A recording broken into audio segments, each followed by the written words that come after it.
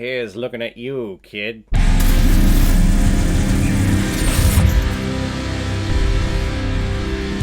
Casablanca, released in 1942, and is directed by Michael Curtis, who has also directed such films like Captain Blood, Angels with Dirty Faces, Four Daughters, Sons of Liberty, and Yankee Doodle Dandy. And this movie is starring Humphrey Bogart, baby! Ingrid Bergman, Paul Henry, Claude Rains, Conrad Veidt, Sidney Greenstreet, and Peter Lorre. Oh, Rick, thank you. Could I leave you some letters, Rick? Could I leave them with you? Oh, thank you very much, Rick. Gonna cut out doing accents because I'm driving myself crazy. I'm not nailing any one of them. But we're talking Casablanca today because it was a PayPal recommendation and donation from one of my longtime contributors and supporters of this channel, Name the Stars. Thank you very much for your recommendations. Been a while that I've heard from you. Hopefully you're doing okay. If any of you out there also want to be like Name the Stars and help support me and contribute to this channel, you can select the PayPal link that is on the homepage of my YouTube channel. Any size donation will do, and you can attach your movie recommendation with that donation, and if I have access to it, I will watch it,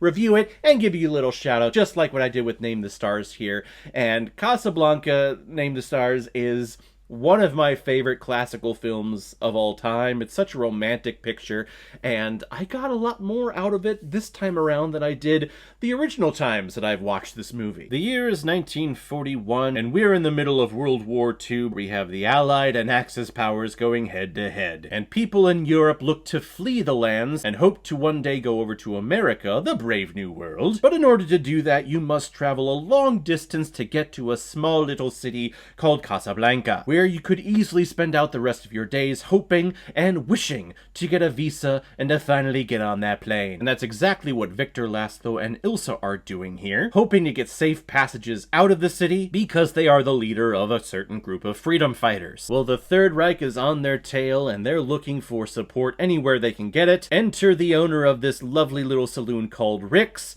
We have Rick here. But the thing about Rick is that he's cold-hearted. He doesn't play sides at all, and that's the whole essence of what Casablanca is. It's a neutral city. It's not owned by the Allied powers, it's not owned by the Axis powers. It's kind of a little in-between. Eventually one side will own it, but at this moment no one can do anything legally. The city is the definition of neutrality, and so is Rick. This character of Rick is neutral. He's all about not playing sides, not taking a stance, looking out for number one, baby! And that's what I got more from this recent watching of this film, is the amazing arc that Rick has, going from being someone that really cared about something and many years ago would fight for peace and would fight for the underdog and would do what he felt was right, but because he was burned by a woman, you see, now all he thinks is about himself, and he's looking out for himself, he's looking out for me. Everyone else can look out for themselves, but me, I need the money. I need to look after my life. My life's the most important thing I have on this world, and that's all fine and good. And yes, you should have confidence in yourself and believe in yourself and look after yourself.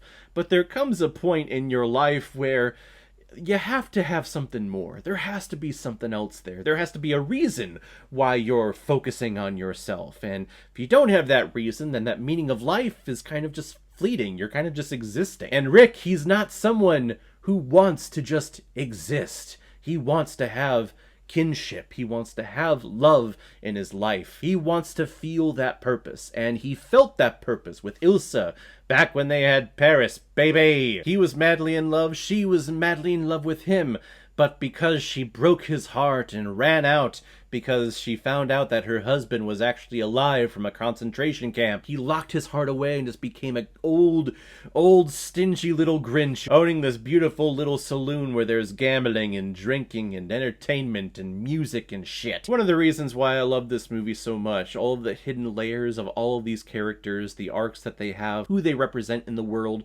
This film came out, it was 1942, so we were in the middle of World War II, and people were going off to fight fight overseas. People were losing, people were dying, millions of people were dying all over the world. And this movie is really a rah-rah speech. It's a propaganda piece, convincing people in the crowd who go to see this movie to take a stance.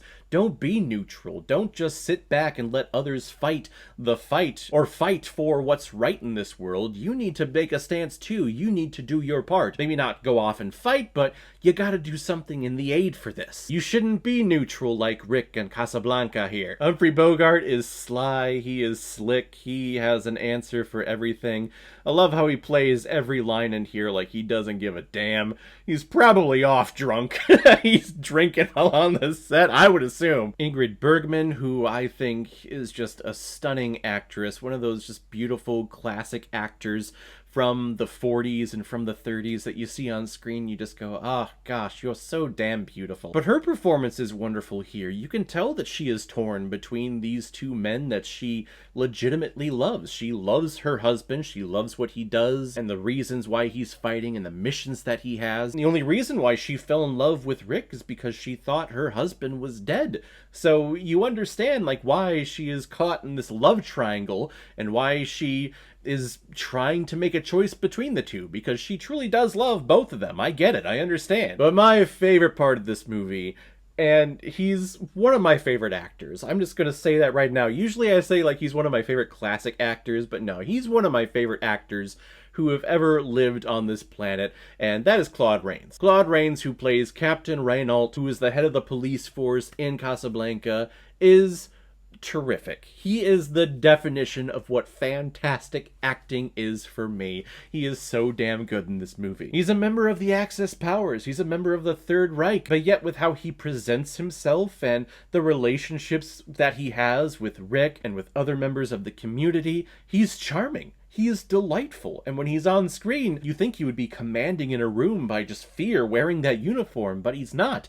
He blends in, he talks with people. Yes, he has an authoritative side to him, but it's a gentleman authority, I guess, or it's a respectful authority. Claude Rains makes this movie. This movie is just fantastic in general, but Claude Rains is what just boosts that film up to the stratosphere in greatness. I love his performance, and it makes this movie just a wonderful romantic piece. Plus, the music in this film is so well done, and the different iterations that we get of when time goes by throughout this entire film. We have it in minor chords, we have it in major chords, we have big orchestral versions of that song going all the way down to just a simple piano with Sam playing it in the saloon. You must remember this. A kiss is just a kiss, a sigh is just a sigh. But also the musical combative scene in the saloon is one of the greatest scenes in the history of cinema, where you have the German soldiers there singing their song, but then Laszlo hears it and gets angered up and goes over to the band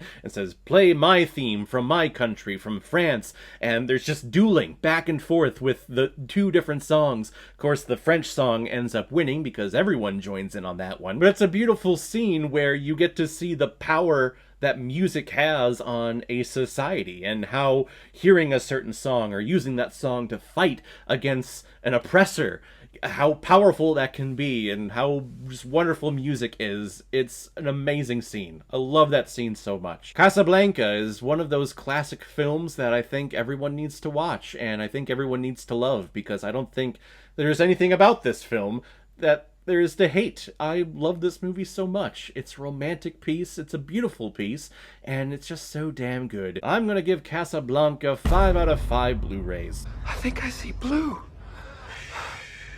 He looks glorious.